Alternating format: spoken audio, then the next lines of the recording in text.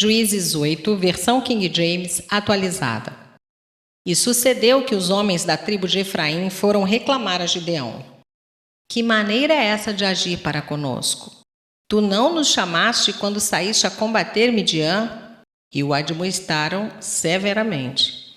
Então ele lhes ponderou: que mais fiz eu em comparação com o que fizeste vós? O restolho das uvas de Efraim não é melhor do que toda a colheita de Abiezer? Foi em vossas mãos que Deus entregou os líderes midianitas Oreb e Zeeb. O que pude fazer eu não se compara com o que fizeste vós. Diante desse esclarecimento, acalmou-se a indignação deles contra Gideão.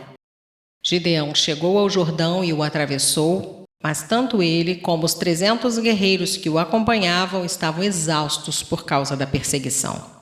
Ordenou, pois, Gideão ao povo de Sucote: dai, rogo-vos, pedaços de pão aos homens que me seguem, porquanto estão muito cansados, e eu ainda estou perseguindo os reis de Midian, Zeba e Zalmuna. Ao que os príncipes de Sucote contestaram: já estão em tuas mãos Zeba e Zalmuna? Por que deveríamos alimentar tuas tropas? Ah, é assim que ages? Replicou Gideão. Assim que o Senhor tiver entregado nas minhas mãos Zeba e Zalmuna, rasgarei vossa carne com os espinhos do deserto e com os abrolhos. Dali subiu a Peniel, contudo eles também responderam como o povo de Sucote. Declarou Gideão ao povo de Peniel: eis que quando eu retornar vitorioso, destruirei esta vossa fortaleza. Estavam, portanto, Zeba e Zalmuna em Carcor, com seu exército, cerca de 15.000 homens apenas, todos os que haviam restado de todo o exército dos povos do deserto, os filhos do Oriente. Os mortos, dentre os que levavam à mão a espada, somavam 120.000 guerreiros. Gideão subiu pelo caminho dos nômades, os que habitam em tendas a leste de Noba e Jogbeá, e atacou o exército inimigo exatamente no momento em que este se julgava oculto e em segurança. Zeba e Zalmuna, os 2 grandes chefes midianitas, fugiram, mas ele os perseguiu e os prendeu, e o exército inteiro foi derrotado. Gideão, filho de Joás, retornou da batalha pela encosta de Heres. Ele capturou um jovem de Sucote e o interrogou. E o jovem depôs por escrito o nome dos 77 príncipes e anciãos responsáveis pelo governo da cidade. Em seguida, Gideão rumou para Sucote e anunciou aos líderes e ao povo de lá: aqui estão Zeba e Zalmuna, a propósito dos quais zombastes de mim, dizendo: já estão em tuas mãos, Zeba e Zalmuna? Por que deveríamos alimentar tuas tropas? Tomou imediatamente todas as autoridades da cidade, apanhando espinhos do deserto, abrolhos e sarças. Rasgou-lhe os corpos, castigando-os severamente. Depois dirigiu-se a Peniel e derrubou sua torre e fortaleza e matou todos os homens daquela cidade. Então interrogou a Zeba e Zalmuna: como eram mesmo os homens que mataste em Tabor? E eles prontamente responderam: pareciam contigo. Todos eles tinham o aspecto de filhos de rei. E Gideão acrescentou: sim, eram meus irmãos, filhos de minha mãe. E concluiu: juro pelo nome do Senhor, que se os tivesseis permitido viver, eu não vos mataria. Então deu ordem expressa a seu filho primogênito Jéter, dizendo: levanta-te e mata-os agora. Contudo, o moço, apavorado, não conseguia desembainhar a espada, porquanto ainda era muito jovem. Mas Zeba e Zalmuna provocaram, exclamando: levanta-te e mata-nos tu mesmo. Ora, é preciso ter coragem de um verdadeiro homem para isso. Então Gideão avançou e os matou rapidamente. Depois arrancou os enfeites reais do pescoço dos camelos deles.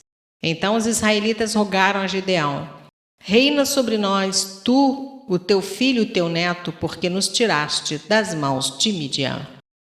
Gideão, contudo, lhes esclareceu: não serei eu quem governará sobre vós, tampouco meu filho, porque é Yahvé quem reinará sobre as vossas vidas. Disse mais Gideão: permite, entretanto, que vos faça um pedido, que cada um de vós me dê um dos brincos que tiraste dos vencidos.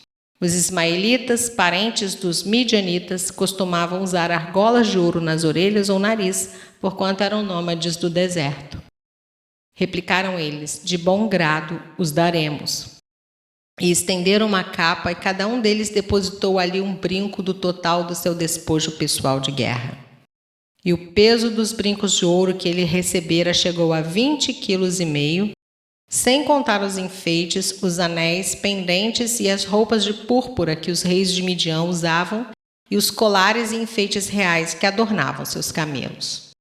Gideão usou o ouro para confeccionar um éfode, um manto sacerdotal, que colocou em sua cidade, Ofra. Entretanto, todo o povo de Israel passou a idolatrar esse objeto, vindo a se prostituir em relação a Deus, o que se transformou numa armadilha para Gideão e toda a sua família. Assim foi Midian abatido diante dos filhos de Israel e nunca mais levantou a cabeça. E a terra experimentou paz e descanso por 40 anos, todo o tempo que viveu Gideão. Então Jerubaal, filho de Joás, partiu em direção à sua casa e lá permaneceu. Gideão teve 70 filhos, todos gerados por ele, fruto de seus ossos e sua carne, porquanto tinha muitas mulheres. A sua concubina, que morava em Siquém, também lhe deu um filho, a quem ele deu o nome de Abimeleque, que significa meu pai é rei. Gideão, filho de Joás, morreu pleno de dias, em idade avançada, e foi sepultado no túmulo de seu pai Joás, em Ofra dos Abiesritas. Logo depois da morte de Gideão, os filhos de Israel voltaram a se prostituir, oferecendo seu louvor e adoração aos Baalins, e aclamaram Baal-berite como seu Deus, e não mais se lembraram de Yahvé, o Senhor, o seu Deus, que os havia salvado das mãos dos seus inimigos em redor.